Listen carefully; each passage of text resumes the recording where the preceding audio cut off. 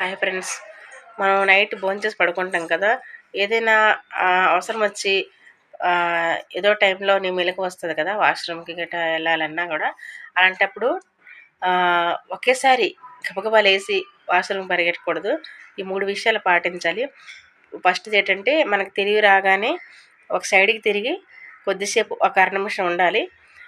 అలాగే ఇంకో అర నిమిషం లేచి కూర్చొని కాలు కిందకి పెట్టి ఒక అర నిమిషం కూర్చొని రిలాక్స్ అవ్వాలి. అప్పుడైతే కానీ వాష్రూమ్కి వెళ్ళాలి.